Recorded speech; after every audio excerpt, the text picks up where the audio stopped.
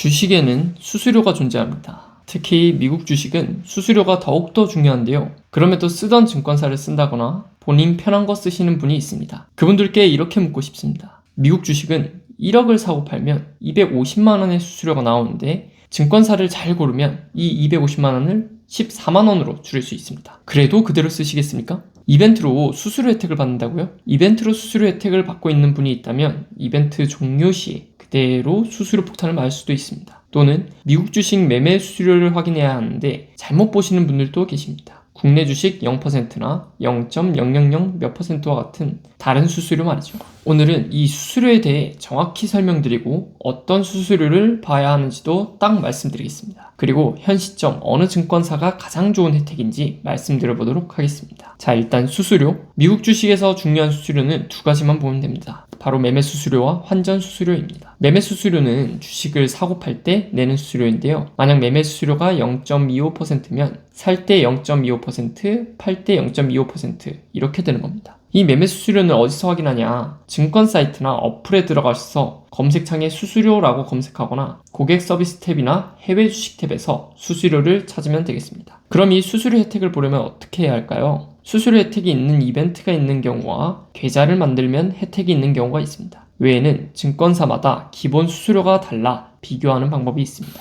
자, 먼저 이벤트로 확인해 볼까요? 일단 국내 주식, 연금, IRP, ISA, 연금저축이라고 적혀 있는 것은 모두 제외시키면 되겠습니다. 가끔 수수료 0원이라고 하고 해외 주식은 포함이 안 되는 경우가 있으니 이벤트를 들어가신다면 작은 글씨까지 하나하나 확인하시면 구별이 쉬우실 겁니다. 그리고 0.000 몇 % 이런 거는 다 필요 없는 겁니다. 이건 유관 수수료를 뜻하는데 주식 거래에 관련된 기관 사용료인데 적은 금액이라 이 수수료는 무시하셔도 되겠습니다. 그럼 우리가 봐야 하는 건 뭔데요? 이벤트 창에서 해외 주식이나 계좌 개설이라고 적힌 이벤트를 확인해 주면 됩니다. 여기서 거래 매매 수수료와 환전 우대를 확인해 주시면 되는데요. 가끔 환전 우대는 찾기가 어려운 경우가 많습니다. 이럴 때는 작은 글씨 혹은 신청 직전에 동의서나 약관에서 확인해 볼 수 있습니다. 정확히 알기 위해선 꼼꼼히 봐야 해요. 그리고 이벤트 종료 기간을 확인하시는 게 중요합니다. 이 이벤트가 끝나면 다시 원래 수수료로 돌아가는데 다른 증권사보다 더 많은 수수료를 낼 수도 있습니다. 꼭 확인하세요. 자, 그럼 환전 수수료는 뭐냐? 보통 우대가 없는 환전에는 약 1%의 비용이 들어갑니다. 환율 스프레드라고도 해요. 만약 1억을 환전했다면 1억의 1%, 100만 원이 들어가는 겁니다. 꽤나 크죠? 여기에 우대가 몇 % 들어간지 확인하면 됩니다. 예를 들어 95% 우대해준다 하면 100만 원에 95%를 우대해준다. 그럼 남은 건 5%, 즉 5만 원만 내면 되는 겁니다. 이 환율, 그리고 우대는 시간이 중요합니다. 쉽게 말씀드리면 우리 국내 주식 거래 시간에 가장 싸다고 생각하시면 됩니다. 평일 9시에서 16시에 가장 싸더라고요. 이 시간이 아니면 수수료가 비쌀 때가 꽤나 있어서 시간을 꼭 기억하시면 되겠습니다. 다음으로는 계좌 개설 혜택을 말씀드릴 건데요. 대표적으로 메리츠 증권을 말씀드리자면 슈퍼 365 계좌가 있습니다. 이 계좌를 만들면 매매 수수료와 환율 우대 모두 혜택을 받을 수 있는데요. 이건 역시 아까 말씀드린 바와 같이 직접 혜택을 확인해봐야 정확히 알 수 있는 부분입니다. 다른 증권사에서 계좌 개설 혜택이 있다 하면 꼭 들어가서 확인해보고 다른 증권사랑 비교해보시길 바랍니다. 그럼 모두들 궁금해하시는 지금 현 시점에 가장 혜택이 좋은 증권사는 어디일까요? 11개의 증권사를 비교해봤습니다.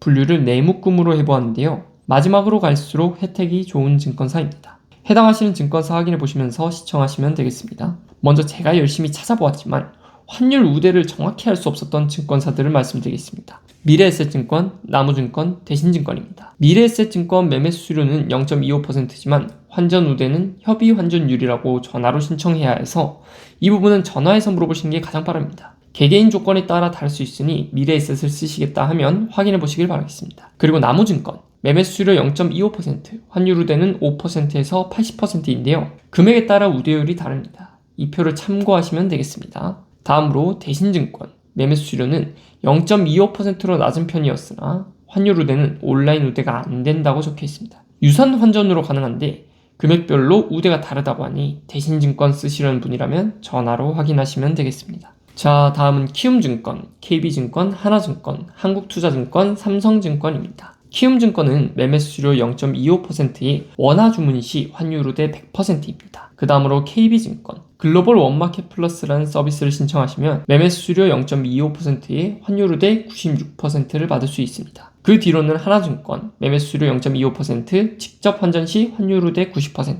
한국투자증권 매매 수수료 0.25%에 환율 대 60%, 삼성증권 매매 수수료 0.25%에 환율 대 50%입니다. 다음은 토스증권과 카카오증권입니다. 두 증권사 모두 매매 수수료 0.1%와 환율 대 95%입니다. 다른 증권사에 비해 훌륭하죠?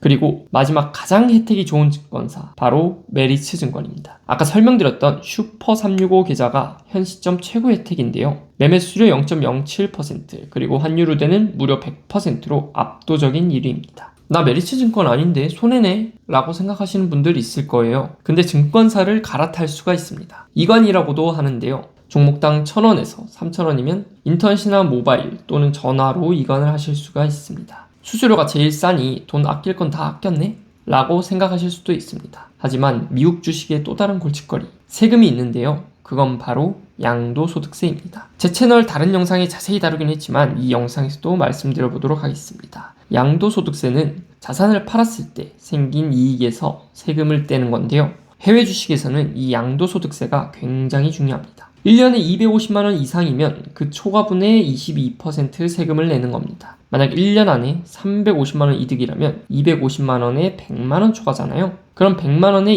22%, 22만원을 세금으로 내야 하는 겁니다. 근데 이 양도소득세가 증권사마다 계산법이 다릅니다. 두 가지로 나뉘는데요. 선입선출법과 이동평균법으로 나뉩니다. 예를 들어서 설명드려 볼게요. 제가 1월 1일에 주식을 200만원일 때 한 주를 샀다고 해봅시다. 그리고 11월 1일에 500만원이 돼서 또 샀어요. 근데 12월 1일에 700만원이 돼서 한 주를 매도했어요.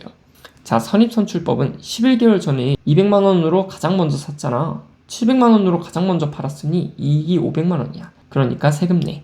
이거고, 이동평균법은 너 200만원이랑 500만원일 때 샀지? 평균 350만원이야. 그리고 700만원에 매도했어. 그러니까 350만원 이익이야. 세금 내. 이겁니다.